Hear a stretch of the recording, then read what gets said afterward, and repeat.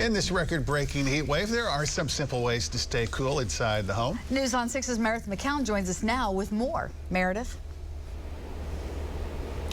Good morning. Yes, this heat can be unbearable inside. Is definitely the place to be, but staying cool and cranking that AC can get expensive. Josh Adams is the maintenance director for Linco Properties. Good morning, Josh. Good morning. So walk us through some practical things that we can do to stay cool. Okay, so first, one of the biggest things in this heat is where you have your where you get heat load at, or heat gain and infiltration. So on like your windows and stuff like that, you can use blackout curtains, thermal curtains, and they even have like window tint and film that you can install yourself, and it's pretty easy to put in, and it helps keep the heat out. So and then next we can go in here, and on all ceiling fans there's usually a little switch here on the side of the motor where you can change the rotation from clockwise to counterclockwise in the summer. It'll help push air down for like a wind chill effect, and that also helps keep things cool throughout the residence as well.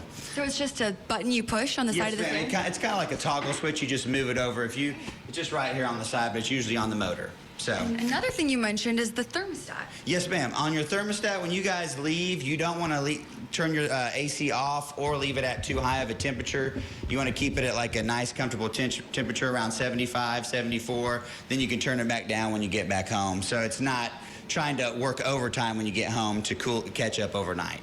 And then as far as here's your return vent. So what you want to do is leave all your doors open in the residence to help balance the airflow.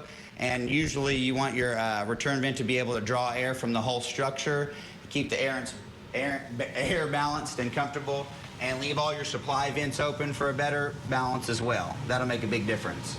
Yeah, and you were mentioning some stuff in the kitchen that you can do too. Yeah, yes, ma'am. So obviously when you're home, when you leave, you want to turn off your lights and stuff like that, because that can, computers, TVs, things like that, because that can create an extra load and they generate heat. When you're, be mindful when you're using your household appliances. Maybe do it later in the evening, not during the hottest part of the day, because those can create heat as well. And then you can also use household items, like you can buy dehumidifiers. They have some that are standalone. They have some that you can drain in your sink. Portable fans to help, create better airflow in the house and stuff like that. Those are all things that will help make you more comfortable, especially in these extreme temperatures and stuff like that. So. And then also always change your air filters. Make sure the unit outside is clean. Just regular preventative maintenance makes a huge difference, especially in the temperatures we're experiencing right now.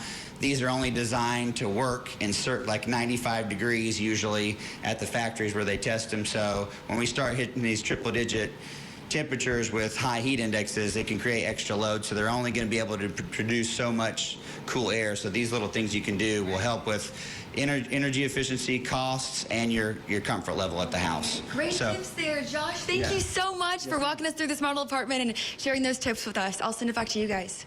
That's smart stuff. Thank you very much, Meredith.